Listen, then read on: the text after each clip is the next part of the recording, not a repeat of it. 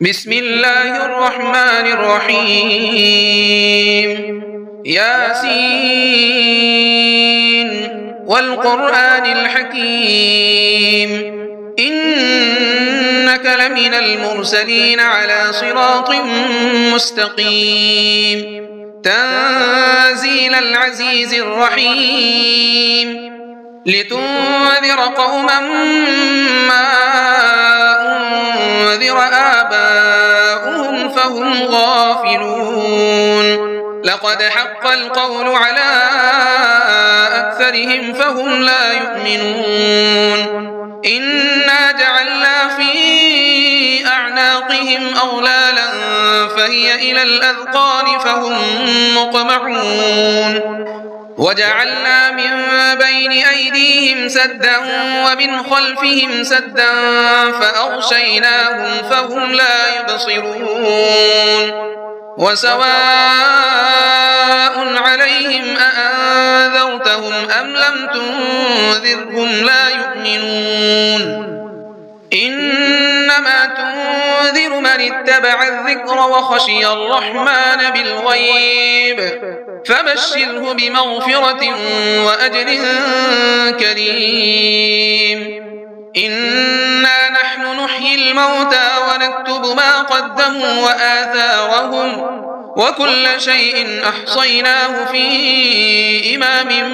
مبين واضرب لهم مثلا أصحاب القرية إذ جاءها المرسلون إذ أرسلنا إليهم اثنين فكذبوهما فعززنا بثالث فقالوا إنا إليكم مرسلون قالوا ما أنتم إلا بشر مثلنا وما أنزل الرحمن من شيء إن أنتم إلا تكذبون قالوا ربنا يعلم إنا إليكم لمرسلون وما علينا إلا البلاغ المبين قالوا إنا تطيرنا بكم لئن لم تنتهوا لنرجمنكم وليمسنكم منا عذاب أليم قالوا طائركم معكم أئن ذكرتم بل أنتم قوم مسرفون وجاء من أقصى المدينة رجل يسعى قال يا قوم اتبعوا المرسلين اتبعوا من لا يسألكم أجرا وهم مهتدون وما لي لا أعبد الذي فطرني وإليه ترجعون أأتخذ من دونه آلهة إن يردني الرحمن بضر لا تغن عني شفاعتهم شيئا ولا ينقذون إني إذا لفي ضلال مبين إني آمنت بربكم فاسمعون قيل ادخل الجنة قال يا ليت قومي يعلمون بما غفر لي ربي وجعلني من المكرمين وما أنزلنا على قومه من بعده من جند من السماء وما كنا منزلين إن كانت إلا صيحة واحدة فإذا هم خامدون يا حسرة على العباد ما يأتيهم من رسول إلا كانوا به يستهزئون ألم يروا كم أهلكنا قبلهم من القرون أنهم إليهم لا يرجعون وإن كل لما جميع لدينا محضرون وآية لهم الأرض الميتة أحييناها وأخرجنا منها حبا فمنه يأكلون وجعلنا فيها جنات من نخيل وأعناب وفجرنا فيها من العيون ليأكلوا من ثمره وما عملته أيديهم أفلا يشكرون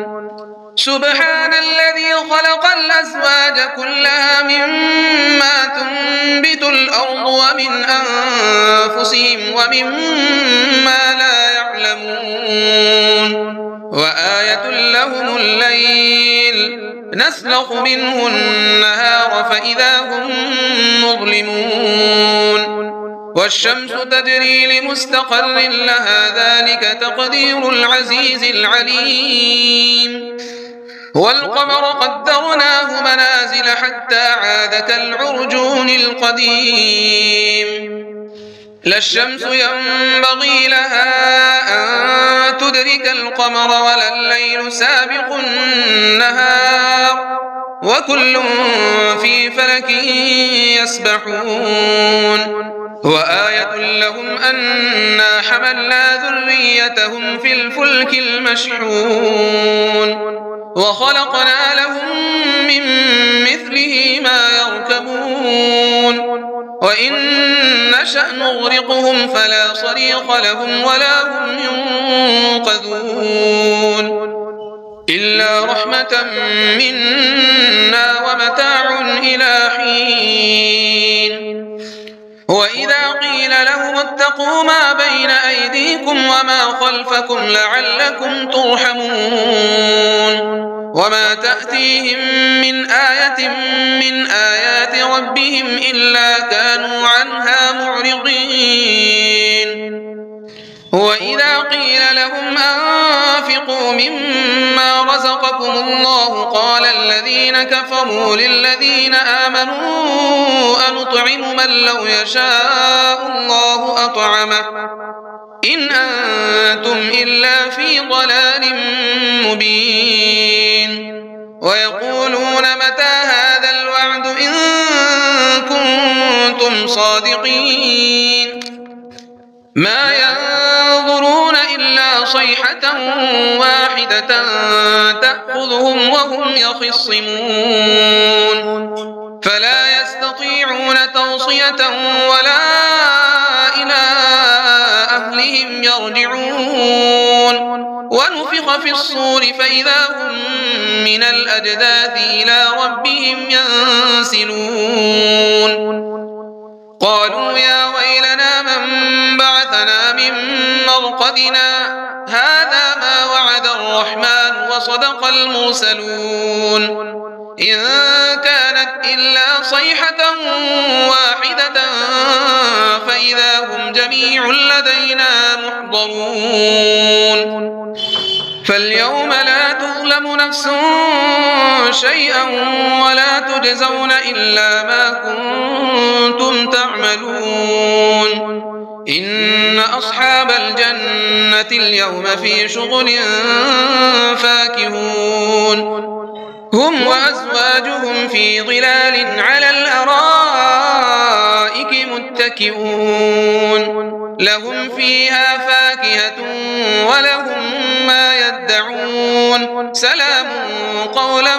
من رب رحيم وامتازوا اليوم أيها المجرمون ألم أعهد إليكم يا بني آدم ألا تعبدوا الشيطان إنه لكم عدو مبين وأن اعبدوني هذا صراط مستقيم ولقد أضل منكم جبلا كثيرا أفلم تكونوا تعقلون هذه جهنم التي كنتم توعدون اصلوها اليوم بما كنتم تكفرون اليوم نختم على أفواههم وتكلمنا أيديهم وتشهد أرجلهم بما كانوا يكسبون ولو نشاء لطمسنا على أعينهم فاستبقوا الصراط فأنى يبصرون ولو نشاء لمسخناهم على مكانتهم فما استطاعوا مضيا ولا يرجعون ومن نعمره ننكسه في الخلق أفلا يعقلون وما علمناه الشعر وما ينبغي له إن هو إلا ذكر وقرآن مبين لينذر من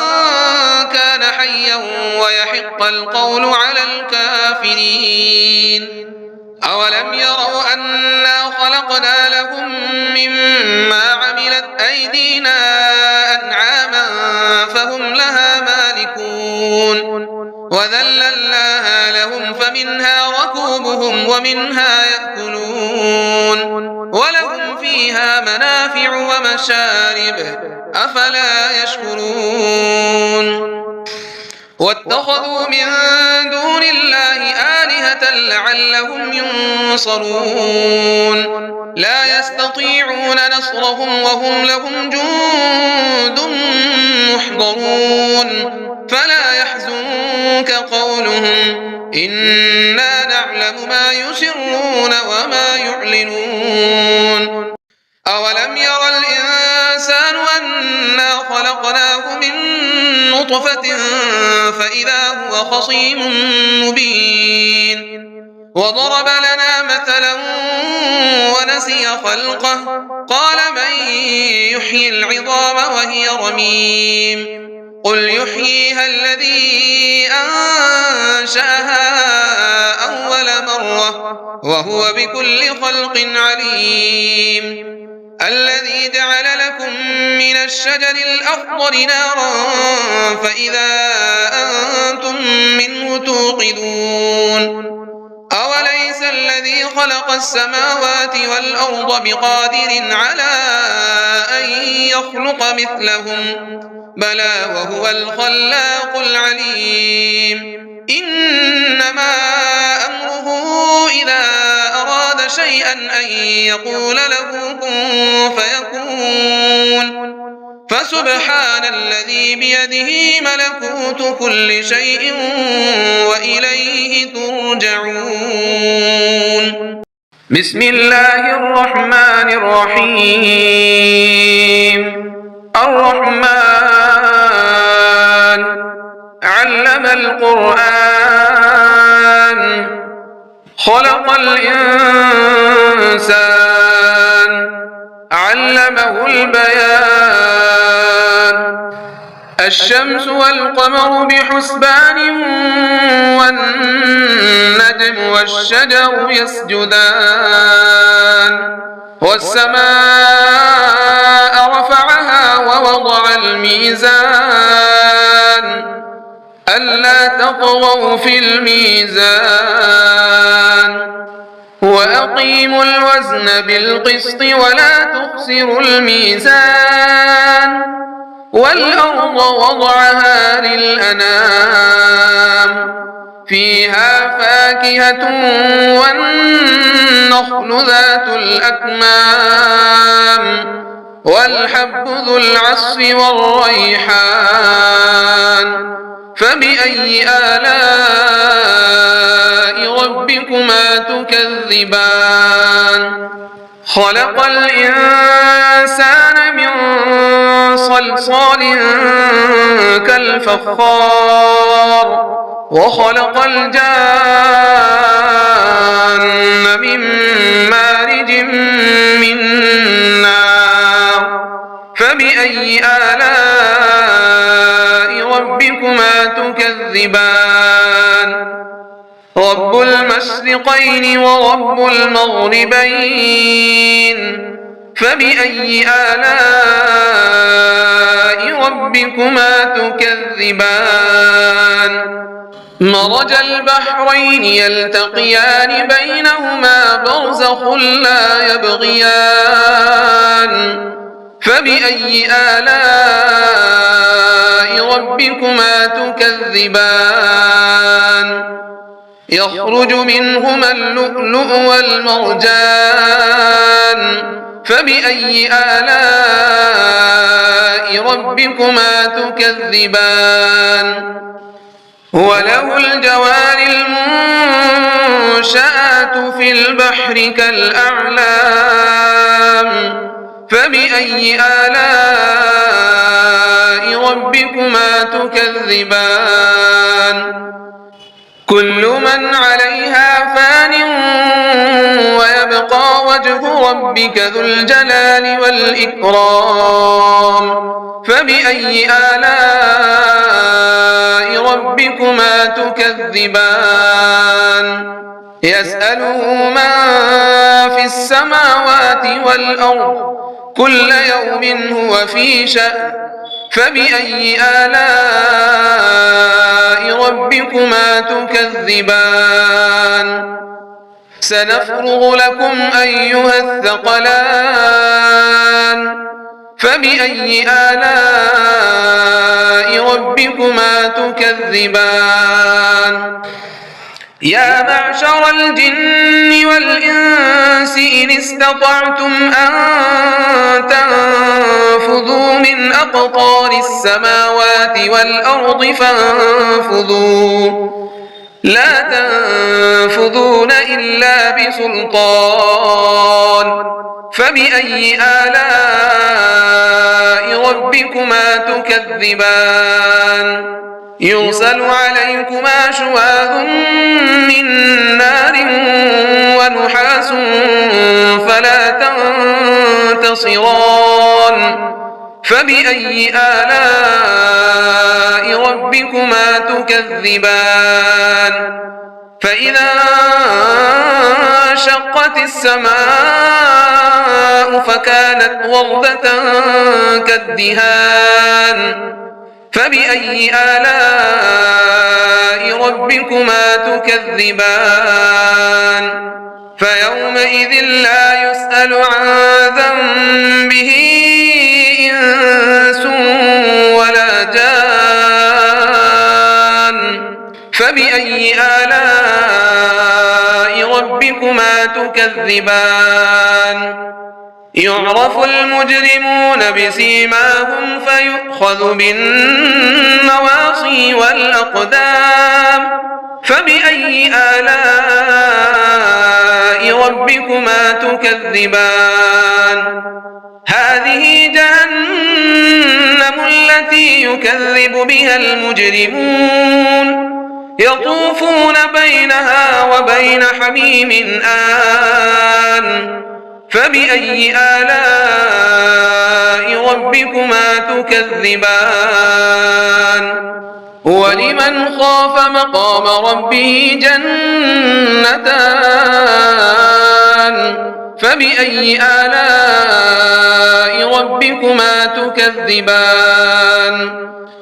ذواتا أفنان فبأي آلاء ربكما تكذبان فيهما عينان تجريان فبأي آلاء ربكما تكذبان فيهما من كل فاكهة زوجان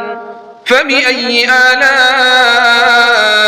ربكما تكذبان متكئين على فرش بطائنها من استبرق وجنى الجنتين دان فبأي آلاء ربكما تكذبان فيهن قاصرات الطرف لم يطمثهن إنس قبلهم ولا جان فبأي آلاء ربكما تكذبان كأنهن الياقوت والمرجان فبأي آلاء ربكما تكذبان هل جزاء الإحسان إلا الإحسان فبأي آلاء ربكما تكذبان ومن دونهما جنتان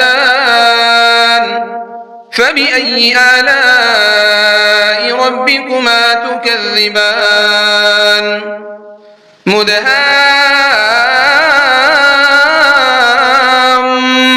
مدهامتان فبأي آلاء ربكما تكذبان فيهما عينان نضاختان فبأي آلاء